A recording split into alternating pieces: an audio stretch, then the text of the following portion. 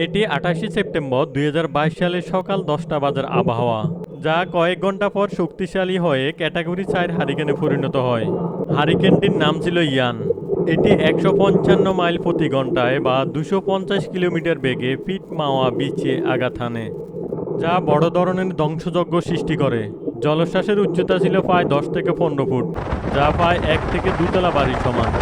শক্তিশালী বাতাস এবং জলোচ্ছ্বাস পিট মাওয়া বিচের বেশিরভাগ অংশই ধ্বংস করে ফেলে।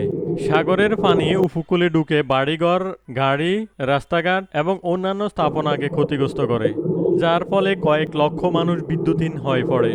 ব্যবসা প্রতিষ্ঠান, হোটেল, রেস্তোরাঁ ও রিসোর্টগুলো ব্যাপকভাবে ক্ষতিগ্রস্ত হয়, যা পর্যটন শিল্পে বড় ধরনের ক্ষতি হয়। এই হারিকেন ইয়ানের কারণে ফ্লোরিডায় মোট 149 জন মানুষ মারা গিয়েছিল।